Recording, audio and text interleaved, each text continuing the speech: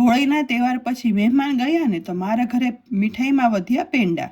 મને એમ થયું કે આ વધેલા પેંડાના ઉપયોગથી અત્યારે આ ગરમીમાં ખાવાની મજા આવે ને તેવી ઇન્સ્ટન્ટ અને ઠંડી ઠંડી થાબડી માવા રોલકટ કુલ્ફી બનાવું.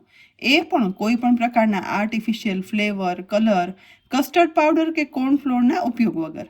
અને એક વખત આ રીત જોઈ અને તમે ગુલ્ફી બનાવી અને ચાખી લીધી ને તો ચોક્કસથી આ જ રીતે તમે દર વખતે માવા કુલ્ફી બનાવશો અને કહેશો કે સહેલી રીત વળી મોંમાં પાણી લાવી દે તેવી કુલ્ફી તો ક્યારેય નહોતી ચાખી.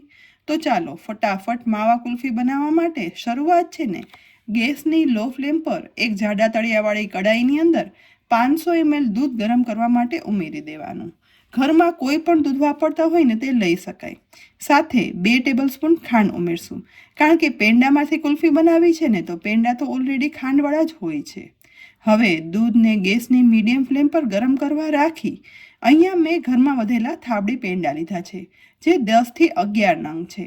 અહીં ઘરમાં બીજા કોઈ પણ પેંડા હોય ને કે બરફી હોય ને તે પણ લઈ શકાય છે.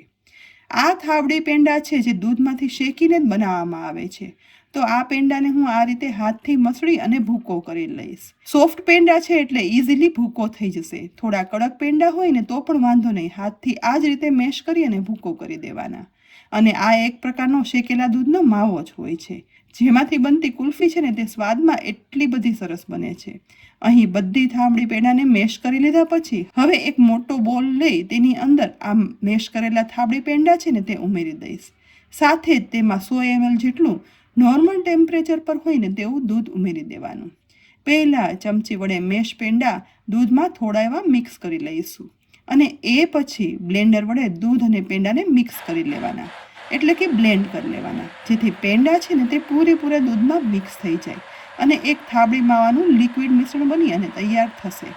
બસ હવે આ થાબડીના મિશ્રણને ગરમ થતાં દૂધમાં ઉમેરી દેવાનું છે અને એ પછી ધીમે ધીમે કરી મિક્સ કરતા જઈ બનેલા આ થાબડી માવા દૂધને ગેસની મીડિયમથી લો ફ્લેમ પર લગભગ 5 મિનિટ જેવું ઉકાળવાનું છે.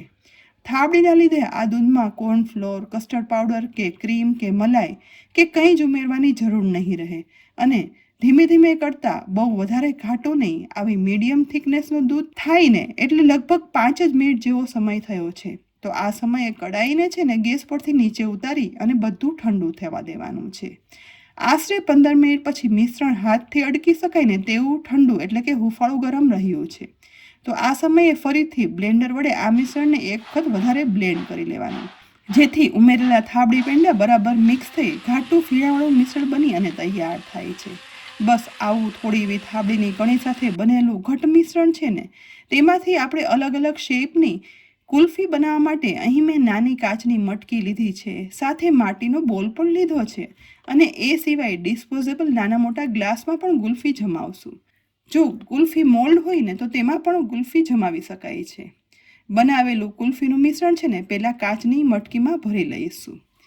એ પછી હવે ડિસ્પોઝેબલ નાના ગ્લાસમાં પણ ભરી લેવાનું છે અને રોલ કટ કુલ્ફી બનાવવા માટે એક મોટા ડિસ્પોઝેબલ ગ્લાસમાં આ મિશ્રણ ઉમેરવાનું છે.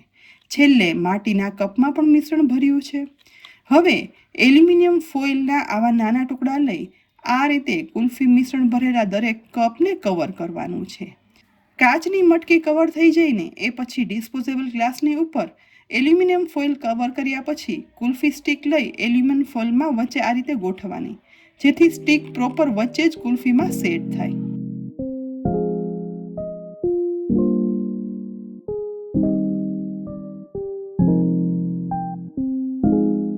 અહીં બધા જ ગ્લાસ અને કપ કુલ્ફી બનાવવા માટે તૈયાર કરી લીધા છે. એ પછી આ ટ્રેને લઈ ફ્રીઝરમાં કુલ્ફી જમવા માટે 8 કલાક ઠંડી થવા રાખી દઈશું. આશરે 8 કલાક જામ્યા પછી ફ્રીઝમાંથી આ બધી કુલ્ફી મોલ બહાર કાઢી લેવાના. એ પછી સૌથી પહેલાં કાચની મટકી અને માટીના કપ ઉપરથી એલ્યુમિનિયમ ફોઇલ દૂર કરી લેવાનું.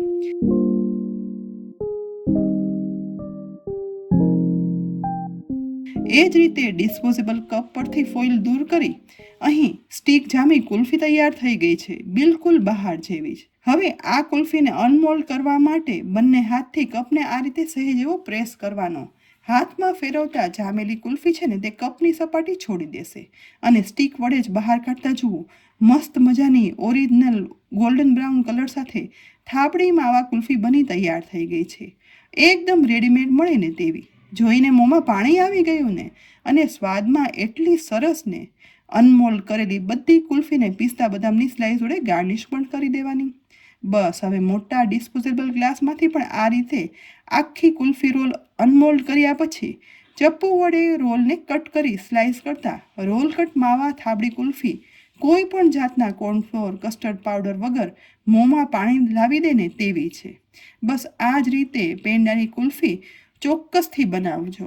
થોડો દૂધનો સ્વાદ, થોડો માવાની કણીઓથી બનતી આ કુલ્ફી ખાવાની એટલી બધી મજા આવી જશે ને કે એકવાર બનાવશો ને પછી સ્પેશિયલ પેંડા લઈ અને રાખી દઈ અને પછી આ જ રીતે કુલ્ફી બનાવશો. કોઈ પણ જાતની ઝંઝટ વગર ઇન્સ્ટન્ટ બની જતી આ થાબડી માવા કુલ્ફી ખરેખર ખૂબ જ ખાવાની મજા આવે છે. ઘરમાં જ બનતી કોઈ પણ આર્ટિફિશિયલ કલર કે ફ્લેવર વગર, જેથી ઘરમાં બધાને ચોખ્ખું ખાવા પણ મળે અને ગરમીમાં ઠંડક પણ થાય. તો આ રીત જોઈ ચોક્કસથી બનાવજો અને કહેજો કે આ રેસીપી તમને કેવી લાગી. ઉપયોગી રેસીપી લાગી હોય ને તો આ વિડીયોને લાઇક કરી અને શેર કરી લેજો. સાથે જ અમારી યુટ્યુબ ચેનલ સબસ્ક્રાઈબ કરી અમારા ફેસબુક પેજને લાઇક કરી અને ફોલો કરી લેજો, જેથી આવી અનેક ઉપયોગી રેસીપીના અપડેટ્સ તમને તરત જ મળે. આવતીકાલે ફરી મળશું એક નવી રેસીપી સાથે. ત્યાં સુધી આવજો.